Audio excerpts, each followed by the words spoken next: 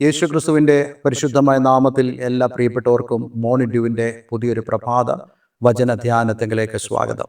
കഴിഞ്ഞ ദിവസങ്ങളിൽ വളരെ അനുഗ്രഹിക്കപ്പെട്ട ആത്മീക വചനചിന്തയിലൂടെ കടന്നുപോകാൻ തക്കോണം ദൈവം നമ്മെ സഹായിച്ചുവല്ലോ. പ്രത്യേകിച്ച് ഈ ദിവസങ്ങളിൽ നമ്മൾ ചിന്തിക്കുന്നത് അബ്രഹാമിൻ്റെ ജീവിതത്തിൽ കടന്നു വന്നതായ ഒരു പ്രത്യേക സാഹചര്യം. ആ സാഹചര്യം എന്ന് പറയുന്നത് തൻ്റെ സഹോദരനായ ലോത്തിനെയും കുടുംബത്തെയും, അതേ അന്നത്തെ ഒരു 4 രാജാക്കന്മാരുടെ സഖ്യകക്ഷികൾ ചേർന്നുള്ളതായ യുദ്ധത്തിൽ അവനെയും അവൻ്റെ സമ്പത്തിനെയും മുഴുവൻ പിടിച്ചുകൊണ്ട് പോയ സമയത്ത് അബ്രഹാമിന് ഈ വിവരം ലഭിച്ചപ്പോൾ തൻ്റെ ഭവനത്തിൽ താൻ പരിശീലിപ്പിച്ചു പോന്നതായ 318 പിയാസുകളെ കൂട്ടിക്കൊണ്ട് ആ 4 രാജാക്കന്മാരെയും അവരുടെ ആ ബൃഹത്തായ സൈന്യത്തെയും പരാജയപ്പെടുത്തിയ ശേഷം അബ്രഹാം മടങ്ങി വന്ന് അവൻ്റെ ജീവിതത്തിൽ വളരെ ഉത്കണ്ഠയും ഭയത്തോടും കൂടെ ഇരിക്കുന്നതായ ഒരു സാഹചര്യം. നമുക്കെല്ലാവർക്കും അറിയാം, ഈ അബ്രഹാം എന്നുള്ളതായ വ്യക്തി വിശ്വാസികളുടെ പിതാവ് എന്ന് അറിയപ്പെടുവാൻ തക്കവണ്ണം ദൈവം അങ്ങനെ തിരഞ്ഞെടുക്കുവാൻ തക്കതായി ശക്തമേറിയതായ വിശ്വാസമുള്ളവനായ ഒരു വ്യക്തിയായിരുന്നു. ദൈവത്തിൽ അതേപോലെ വിശ്വസിക്കുവാൻ കഴിയുന്നതായ ഒരു വ്യക്തിയായിരുന്നു. പക്ഷെ അങ്ങനെയുള്ള ആളുകൾക്ക് പോലും തങ്ങളുടെ ജീവിതത്തിൽ അവർ നേരിടുന്നതായ പ്രത്യേക സാഹചര്യങ്ങൾ അവരെ ഭയത്തിലേക്കും ഉത്കണ്ഠകളിലേക്കും കൊണ്ടുപോകും എന്നുള്ള പ്രധാനപ്പെട്ട വിവരമാണ് നമുക്കിവിടെ കാണുവാൻ കഴിയുന്നത്. പലപ്പോഴും നമ്മൾ ചിന്തിക്കാറുണ്ട്, അബ്രഹാം വളരെ വിശ്വാസവീരനായിരുന്നു. അവൻ ഓരോ ദിവസവും വിശ്വാസത്തിലും അനുസരണത്തിലും വളർന്നു വരുന്നവനായിരുന്നു. പക്ഷേ അവൻ്റെ ജീവിതത്തിലും പ്രശ്നങ്ങൾ ഉണ്ടായിരുന്നു എന്നുള്ളത് നമ്മൾ മനസ്സിലാക്കണം. അതുകൊണ്ട് തന്നെയാണ് ദൈവത്തിൻ്റെ വചനം പറയുന്നത്, ലോകത്തിൽ നിങ്ങൾക്ക് കഷ്ടമുണ്ട്. നമ്മൾ എത്രത്തോളം പെർഫെക്റ്റ് ആണെന്ന് നമ്മൾ വിചാരിച്ചാലും, എത്രത്തോളം ദൈവിക കാര്യങ്ങളിൽ നമുക്ക് വിശ്വാസമുണ്ടെന്ന് പറഞ്ഞാലും, ഈ ലോകത്തിൽ നമുക്ക് നേരിടുന്നതായ കഷ്ടങ്ങളുടെ നടുവിൽ എല്ലാ മനുഷ്യരും കടന്നു പോകുന്ന പോലെയുള്ള ഉത്കണ്ഠകളും ഭയത്തിലും നമ്മൾ കടന്നു പോകും. ഇത് തികച്ചും മാനുഷികമായ കാര്യമാണെന്ന് നമ്മൾ മനസ്സിലാക്കണം. പലരും ചിന്തിക്കാറുണ്ട്, ദൈവത്തോട് ഒരു ശരിയായ ബന്ധമുണ്ടെങ്കിൽ നമുക്ക് ഭയമുണ്ടാകുകയില്ല, ഉത്കണ്ഠകൾ ഉണ്ടാകത്തില്ല എന്നുള്ളത്. പക്ഷേ അങ്ങനെ അല്ല എന്ന് ഈ ഭാഗം വളരെ വ്യക്തമായി നമ്മോട് പറയുന്നു. 2 പ്രധാനപ്പെട്ട കാര്യങ്ങൾ 14-ാം അധ്യായത്തിൽ അബ്രഹാമിന് സംഭവിച്ചു. ഇന്നലെ നമ്മൾ അതിനെക്കുറിച്ച് ചിന്തിച്ചല്ലോ. ഒന്നാമതായിട്ട്, അവൻ ഈ 4 രാജാക്കന്മാരുടെ ആ സഖ്യകക്ഷിയെ, ആ വലിയ സൈന്യത്തെ പരാജയപ്പെടുത്തിയപ്പോൾ ഒരു പ്രത്യാക്രമണം അദ്ദേഹം പ്രതീക്ഷിക്കുന്നതായ ഒരു അനുഭവമുണ്ട്. രണ്ടാമതായിട്ട്, സോദോം രാജാവ് തനിക്ക് വലിയൊരു പ്രതിഫലം, ഒരു സാമ്പത്തികമായൊരു പ്രതിഫലം കൊടുക്കുവാൻ അവൻ കൈ നീട്ടിയപ്പോൾ അബ്രഹാം നിരസിച്ചു. അതായത് തനിക്ക് പ്രതിഫലം ലഭിച്ചില്ല എന്നുള്ളതായ ഒരു കാര്യം അബ്രഹാമിന്റെ ജീവിതത്തിലുണ്ട്. അതായത് താൻ ആ പ്രതിഫലത്തെ നിരസിച്ചത് താൻ ഒരു ദൈവ പൈതലായതുകൊണ്ട്, ദൈവം തനിക്ക് പിതാവായിരിക്കുന്നത് കൊണ്ട്, ദൈവം തന്റെ സ്നേഹിതനായിരിക്കുന്നതുകൊണ്ട് അബ്രഹാം നിരസിച്ചു. കാരണം അബ്രഹാം വിശ്വസിച്ചത് എന്നെ ദൈവമാണ് സമ്പന്നൻ ആക്കുന്നത് എന്നാണ്. ഇതൊക്കെ നമ്മുടെ ജീവിതത്തിലും ഒരു വളരെ പ്രധാനപ്പെട്ട മെസ്സേജാണ്. നമ്മൾ ഒരിക്കലും ചിന്തിക്കരുത് ഈ ലോകത്തിലുള്ള ഏതെങ്കിലും വ്യക്തിയാണ് നമ്മളെ സമ്പന്നനാക്കുന്നത് എന്നുള്ളത്. നമ്മൾ ചെയ്യുന്നതായ ബിസിനസ്സാണ് നമ്മളെ സമ്പന്നരാക്കുന്നത് എന്നുള്ളത്. നമ്മുടെ മക്കൾ, അവർക്ക് ജോലി ലഭിച്ചു, ആ ജോലിയുടെ വരുമാനമാണ് നിങ്ങളെ അഭിവൃദ്ധിയിലേക്കും സമ്പത്തിലേക്കും കൊണ്ടുപോകുന്നതെന്ന് നിങ്ങൾ വിചാരിക്കരുത്. മറിച്ച് നിങ്ങൾ വിശ്വസിക്കേണ്ടത്, നിങ്ങൾ ആഗ്രഹിക്കേണ്ടത്, ദൈവം എന്നെ സമ്പന്നൻ ആക്കട്ടെ. അവിടെ എല്ലാം ഉണ്ട്. അതുകൊണ്ട് എന്നെ കേൾക്കുന്ന പ്രിയമുള്ളവരെ, ജീവിതത്തിൽ നിങ്ങൾക്ക് ധാരാളമായ അവസരങ്ങൾ ഉണ്ടാകാം. പക്ഷേ ദൈവത്താലുള്ള സമ്പന്നതയെ നിങ്ങൾ ആഗ്രഹിക്കാവൂ. ഇന്ന് ദൈവം നിങ്ങൾക്ക് നൽകിയതായ സാഹചര്യങ്ങളെ ഓർത്ത് നിങ്ങൾക്ക് ദൈവത്തിന് നന്ദി പറയാൻ സാധിക്കാം. അവിടെ നമ്മൾ ദൈവത്തെ പഴിക്കുകയല്ല, ദൈവത്തെ നിന്ദിക്കുകയല്ല, ദൈവത്തോട് പിറുപിറുക്കുകയല്ല. ഇന്ന് നിങ്ങൾക്ക് ലഭിച്ചതായ വീട്, നിങ്ങളുടെ പരിസരം, നിങ്ങളുടെ ജോലി, നിങ്ങളുടെ വരുമാനം, നിങ്ങളെ സഹായിക്കുന്നതായ ആളുകൾ, അവരെ ഓർത്ത് നിങ്ങൾക്ക് നന്ദി പറയാൻ സാധിക്കണം. കാരണം അവരെല്ലാം തന്നെ ദൈവം നിങ്ങൾക്ക് തന്നതാണ്. ഇനി മുന്നോട്ടും ദൈവം നിങ്ങൾക്ക് തരാൻ പോകുന്നു. നിങ്ങൾ സമ്പന്നരാകണമെന്ന് ദൈവം ആഗ്രഹിക്കുന്നുണ്ടെങ്കിൽ തീർച്ചയായിട്ടും ദൈവം നിങ്ങൾക്ക് തരും. അബ്രഹാം അത് മാത്രമേ ഉദ്ദേശിച്ചുള്ളൂ. ഇന്ന് ഈ ലോകത്തിൽ നിങ്ങൾക്ക് കടന്നു വരുന്നതായ എല്ലാവിധമായ സാഹചര്യങ്ങളും ദൈവത്തിന്റെ തീരുമാനത്തിലും ദൈവത്തിന്റെ ഇഷ്ടത്തിലുമായിരിക്കാൻ നിങ്ങൾ ഉത്സാഹിക്കേണ്ടത്, അതിനോട് പ്രതികരിക്കേണ്ടത് വളരെ ആവശ്യമാണ്. അബ്രഹാം അങ്ങനെ ചെയ്തു. പക്ഷെ അങ്ങനെ ചെയ്തിട്ട് പോലും അബ്രഹാമിന്റെ ഉള്ളിൽ ഉത്കണ്ഠകളും അതേപോലെ തന്നെ ഭയവും വ്യാപരിച്ചതായ സന്ദർഭം. ഇങ്ങനെയുള്ള സന്ദർഭങ്ങളിൽ നമ്മൾ എങ്ങനായി തീരും? ഇങ്ങനെയുള്ള സന്ദർഭങ്ങളിൽ ദൈവം നമ്മുടെ സ്നേഹിതനായിക്കൊണ്ട്, അല്ലെങ്കിൽ ദൈവം നമ്മുടെ പിതാവായിക്കൊണ്ട് നമ്മുടെ ജീവിതത്തിൽ എന്താണ് സംഭവിക്കുന്നത്, അത് സംഭവിക്കുന്നത് എന്താണ് എന്നുള്ളതാണ് നമുക്ക് 15-ാം അധ്യായം 1 മുതൽ വായിക്കാൻ കഴിയുന്നത്. ദർശനത്തിൽ ദൈവം സംസാരിക്കുന്നതായ ദൈവമാണ്. ഒരുപക്ഷെ ദർശനമായിരിക്കാം, ഒരുപക്ഷെ വചനത്തിലൂടെയായിരിക്കാം, ഒരുപക്ഷെ ഏതെങ്കിലും ദൈവദാസന്മാരെ നമ്മുടെ അടുക്കലേക്ക് അയക്കുന്നതിലൂടെയായിരിക്കാം, അല്ല നമ്മുടെ പ്രാർത്ഥന വേളകളിലായിരിക്കാം ദൈവം നമ്മളോട് സംസാരിക്കും. അതിൽ വളരെ പ്രധാനപ്പെട്ട കാര്യം, നമ്മൾ യഹോവയ്ക്കായി കാത്തിരിക്കണം. ജീവിതത്തിന്റെ ഏത് സന്ദർഭങ്ങളിലും എനിക്ക് വേണ്ടി പ്രവർത്തിക്കുന്ന ഒരു ദൈവമുണ്ട്. ദൈവത്തിന്റെ ഇടപെടൽ ഞാൻ ആഗ്രഹിക്കുന്നു. ദൈവം എന്നോട് സംസാരിക്കുവാൻ ഞാൻ ആഗ്രഹിക്കുന്നു. അതുകൊണ്ട് ഞാൻ ദൈവസന്നിധിയിൽ സമയങ്ങൾ ചെലവഴിക്കും, ഞാൻ പ്രാർത്ഥിക്കും, ദൈവത്തിനടുക്കലേക്ക് ചെല്ലും. അപ്പോൾ അങ്ങനെ കാത്തിരിക്കുന്നവർക്ക് വേണ്ടി ദൈവം ഒന്നുകിൽ ദർശനങ്ങളിലൂടെ, അല്ലെങ്കിൽ തൻ്റെ വചനത്തിലൂടെ, അല്ലെങ്കിൽ ഏതെങ്കിലും വ്യക്തിയെ നമ്മുടെ അടുക്കലേക്ക് അയച്ചുകൊണ്ട് ദൈവം നമ്മളോട് സംസാരിക്കാനിടയായി തീരും. അങ്ങനെ ഉള്ള ഒരു സന്ദർഭത്തിലാണ് നമ്മൾ ഈ സന്ദേശം ധ്യാനിക്കുന്നത്. കഴിഞ്ഞ ദിവസം നമ്മൾ പറഞ്ഞല്ലോ, അബ്രഹാമിനോട് ദൈവം പറഞ്ഞു, ഞാൻ നിന്റെ പരിച ആകുന്നു. അതായത് ഏത് സമയത്തും ഈ രാജാക്കന്മാർ തന്നെ ആക്രമിച്ചേക്കാം, പ്രത്യാക്രമണം നടത്തിയേക്കാം എന്നുള്ളതായ ഒരു ചിന്ത അബ്രഹാമിനെ ഭരിക്കുമ്പോൾ, പരിചയായി ഞാൻ നിന്നോടുകൂടെ ഉണ്ട് എന്നുള്ള ആ വലിയ സന്ദേശം അവിടെ ദൈവം കൊടുക്കുക. കേവലം ദൈവത്തെ വിശ്വസിക്കുന്ന ഒരു വ്യക്തിക്ക് ദൈവം ഉണ്ട്, തന്നോടുകൂടെ ഉണ്ട് എന്നുള്ള വിശ്വാസം മാത്രമല്ല, ഈ ഭൂമിയിൽ നമുക്ക് എന്തൊക്കെ വേണമോ അതെല്ലാമായി നമ്മുടെ ദൈവം നമുക്ക് വേണ്ടി ആയിരിക്കുന്നു എന്നുള്ള കാര്യം നമ്മൾ മറന്നു പോകരുത്. നമ്മളൊരു പാട്ട് പാടുന്നില്ലേ, നീ എൻ്റെ സർവവും നീ എനിക്കുള്ളവൻ, നീ എൻ്റെ സർവവും എല്ലാറ്റിലും, നിൻ ജീവൻ എൻ പേർക്കായി തന്നതിനാൽ നീ എൻ്റെ സർവവും എല്ലാറ്റിലും. നിനക്കൊരു പരിചയം വേണോ? അതേ, ഒരു പരിചയമായി ദൈവം നിന്നോടുകൂടെയുണ്ട്.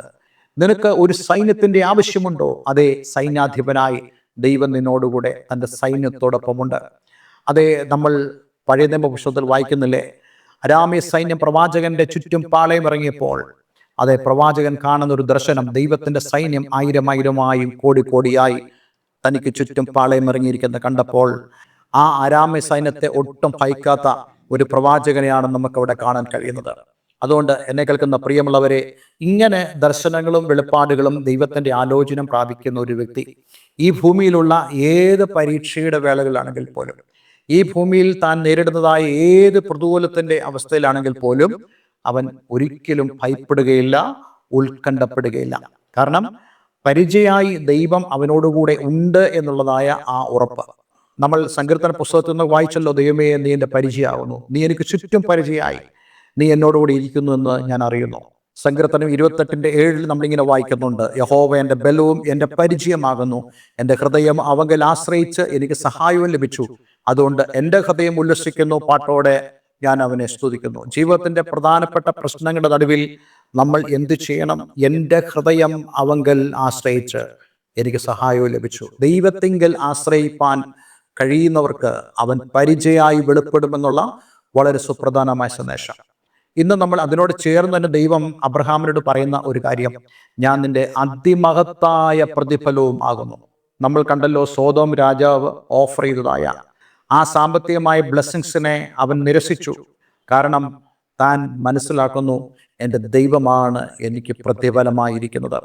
പക്ഷേ ആ പ്രതിഫലത്തെയൊക്കെ നിരസിച്ച് ആ ഒരു ഗ്യാപ്പിൽ, ആ ഒരു ഇടവേളയിൽ അബ്രഹാം ഒരുപക്ഷെ ചിന്തിച്ചു കാണും, അയ്യോ അത് നഷ്ടപ്പെടുത്തണ്ടായിരുന്നു. ഒരുപക്ഷെ എൻ്റെ ഊഹമാണ്.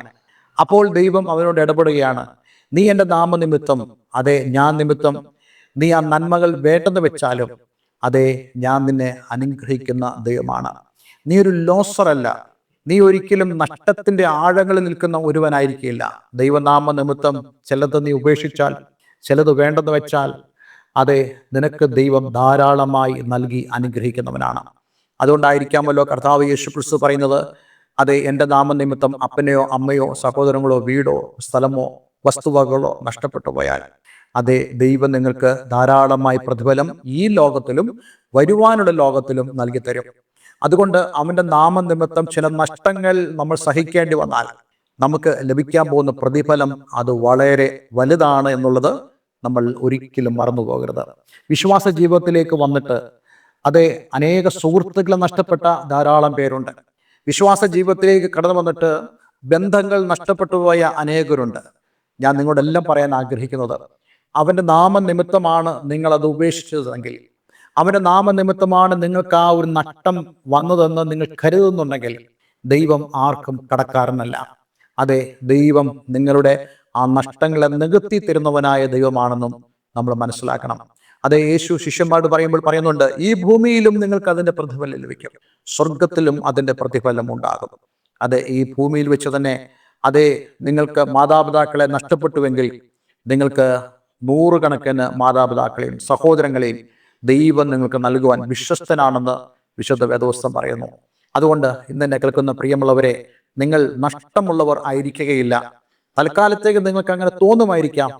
അതെ, നിങ്ങൾക്ക് ദൈവം തരാൻ പോകുന്ന പ്രതിഫലം അതിമഹത്തായ പ്രതിഫലമായിരിക്കും. അതെ, നമ്മുടെ സമ്പത്ത് എവിടെയാകണമെന്ന് വിശുദ്ധ വേദപുസ്തകം പറയുന്നുണ്ട്. അതെ, മത്തായിയുടെ സുവിശേഷം 6-ാം അധ്യായം അതിൻ്റെ 19 മുതൽ നമ്മളിങ്ങനെ വായിക്കുന്നുണ്ട്. പുഴുവും തുരുമ്പും കെടുക്കുകയും കള്ളന്മാർ തുരന്നു മോഷ്ടിക്കുകയും ചെയ്യുന്ന ഈ ഭൂമിയിൽ നിങ്ങൾ നിക്ഷേപം സ്വരൂപിക്കരുത്. പുഴുവും തുരുമ്പും കെടുക്കാതെയും കള്ളന്മാർ തുരന്നു മോഷ്ടിക്കാതെയും ഇരിക്കുന്ന സ്വർഗത്തിൽ നിക്ഷേപം സ്വരൂപിച്ചുകൊള്ളുവിൻ. നിന്റെ നിക്ഷേപം ഉള്ളിടത്ത് നിന്റെ ഹൃദയം ഇരിക്കും. വാസ്തവത്തിൽ അബ്രഹാമിന്റെ നിക്ഷേപം അതേ സ്വർഗത്തിലായിരുന്നു, ദൈവത്തിലായിരുന്നു അവൻ്റെ നിക്ഷേപമായി ഇരുന്നത്. അതുകൊണ്ട് അബ്രഹാം അതേ സോദോം രാജാവ് അവനെ അനുഗ്രഹിക്കാൻ വേണ്ടി കടന്നു വരുമ്പോൾ അതേ സ്വർഗത്തിലെ നിക്ഷേപങ്ങൾക്കാണ് അബ്രഹാം പ്രാധാന്യം കൊടുത്തത്. ഈ ഭൂമിയിലെ ആ നിക്ഷേപം താൻ നിരസിച്ചതുകൊണ്ട് അതേ ആ ഒരു വാല്യൂ അല്ലെങ്കിൽ അതിനേക്കാൾ കൂടുതൽ വാല്യൂ മൂല്യമോ ഉള്ളതായ പ്രതിഫലം അവൻ സ്വർഗത്തിൽ നിക്ഷേപിച്ചു. ഇനി എന്താണ് സംഭവിക്കുന്നത്? ഈ ഭൂമിയിൽ ദൈവം അബ്രഹാമിനെ അനുഗ്രഹിക്കാൻ പോകുന്നത് സ്വർഗത്തിലെ നിക്ഷേപങ്ങൾക്ക് അനുസരിച്ചായിരിക്കും എന്നുള്ളത് നമ്മൾ മനസ്സിലാക്കണം. ഈ ഭൂമിയിൽ നമ്മൾ നിക്ഷേപങ്ങൾ സ്വരൂപിച്ച ഈ ഭൂമിയിൽ തന്നെ നമ്മൾ കൂട്ടിവെക്കുമ്പോൾ അതെല്ലാം നഷ്ടപ്പെട്ടു പോകുമെന്ന് നമ്മൾ അറിയണം. ബഥാനിയിലെ ആ മാർത്തയുടെയും മറിയയുടെയും ഭവനത്തിൽ യേശു ചെന്നപ്പോൾ ആ സഹോദരന്മാർ യേശുവിനെ നേരിട്ടത് അല്ലെങ്കിൽ യേശുവിനെ അവർ ട്രീറ്റ് ചെയ്തത്, യേശു ക്രിസ്തുവിനെ ശുശ്രൂഷിച്ചത് വളരെ വ്യത്യസ്തമായിട്ടായിരുന്നു. മാർത്ത അതേ ഒരുപക്ഷെ ആ വീട്ടിൽ യേശു ക്രിസ്തുവിനെ ഭക്ഷണകാര്യങ്ങൾ കൊണ്ട് സൽക്കരിക്കുവാൻ അവൾ ആഗ്രഹിച്ചു. അവൾ അതിലേക്ക് ശ്രദ്ധ കേന്ദ്രീകരിച്ചപ്പോൾ യേശു അവിടെ കടന്നു വരുന്നതിൻ്റെ പ്രധാനപ്പെട്ട കാര്യം അതെ അവരോട് ദൈവരാജ്യത്തിൻ്റെ മർമ്മങ്ങളെ പ്രസ്താവിക്കുവാൻ, അതേ ദൈവവചനത്തിൻ്റെ ആഴങ്ങളെക്കുറിച്ച് സംസാരിക്കുവാൻ കർത്താവ് ആഗ്രഹിച്ചു. ആ ഒരു ആഗ്രഹത്തിന് അനുസരിച്ച് പ്രവർത്തിച്ചതായ ഒരേ ഒരു വ്യക്തി അതേ മാർത്തയുടെ സഹോദരി, ലാസറിന്റെ സഹോദരിയായ മറിയയായിരുന്നു. നോക്കൂ, മാർത്ത പലതിനെ ചൊല്ലി വിചാരപ്പെട്ടും മനസ്സ് കലങ്ങിയും ഇരിക്കുന്നു എന്ന് കർത്താവ് അവിടെ നിരൂപിക്കുന്നുണ്ട്. മാർത്ത അവിടെ ചെയ്യുന്ന കാര്യങ്ങൾ അത് ഒട്ടും ഇൻഫീരിയർ ആണെന്നല്ല യേശു അവിടെ ഉദ്ദേശിക്കുന്നത്, അതൊട്ടും പ്രാധാന്യമല്ല എന്നുള്ളതുമല്ല യേശു ഉദ്ദേശിക്കുന്നത്. മറിച്ച് യേശു പറയുന്നുണ്ട്, നീ ഇങ്ങനെയുള്ള കാര്യങ്ങളെക്കുറിച്ച് മനസ്സ് കലങ്ങരുത്, ഇങ്ങനെയുള്ള കാര്യങ്ങളെക്കുറിച്ച് നീ അധികം വിചാരപ്പെടരുത്. ദൈവം നമ്മളോടും പറയുന്ന കാര്യമാണിത്. ഈ ഭൂമിയിലെ കാര്യങ്ങൾക്ക് വേണ്ടി നമ്മൾ കൂടുതൽ വിചാരപ്പെടരുത്, കൂടുതൽ നമ്മുടെ മനസ്സ് കലങ്ങരുത്. മറിച്ച് ദൈവത്തിൽ നമ്മൾ പ്രത്യാശ വെച്ചാൽ, ദൈവത്തിൽ നമ്മുടെ ശ്രദ്ധ വെച്ചാൽ അത് ആരും നമ്മളോട് അപഹരിക്കത്തില്ല. ഇന്ന് ഈ ഭൂമിയിൽ നമ്മൾ എന്തെങ്കിലും ചെയ്യുന്നുണ്ടെങ്കിൽ അത് സ്വർഗത്തിൽ ഒരു നിക്ഷേപമായിട്ട് നമുക്ക് ചെയ്യാൻ കഴിയുന്നുണ്ടെങ്കിൽ അത് നശിക്കപ്പെടുവാൻ ഒരിക്കലും ദൈവം സമ്മതിക്കുകയില്ല. ഒരു വാക്യം കൂടെ വായിച്ചിട്ട് ഞാൻ ഈ സന്ദേശം ഇവിടെ അവസാനിപ്പിക്കുകയാണ്. പത്രോസ് ലീഹായിലൂടെ ദൈവത്തിന്റെ വചനം നമ്മോട് പറയുന്നതായ കാര്യം 1 പത്രോസ് 1-ാം അധ്യായം 4-ാമത്തെ വാക്യം, അന്ത്യകാലത്തിൽ വെളിപ്പെടുവാൻ ഒരുങ്ങിയിരിക്കുന്ന രക്ഷയ്ക്ക് വിശ്വാസത്താൽ ദൈവശക്തിയിൽ കാക്കപ്പെടുന്ന നിങ്ങൾക്ക് വേണ്ടി സ്വർഗത്തിൽ സൂക്ഷിച്ചിരിക്കുന്നത്. നോക്കൂ, നമുക്ക് വേണ്ടി സ്വർഗത്തിൽ സൂക്ഷിച്ചിരിക്കുന്നതായ കാര്യം ഇന്ന് ഈ ഭൂമിയിൽ നമ്മൾ ചെയ്യുന്നത് അത് സ്വർഗത്തിൽ സൂക്ഷിക്കപ്പെടണം എന്നുള്ളത് നമ്മൾ വളരെയധികം പ്രാധാന്യത്തോടെ ചിന്തിക്കേണ്ട ഒരു കാര്യമാണ്.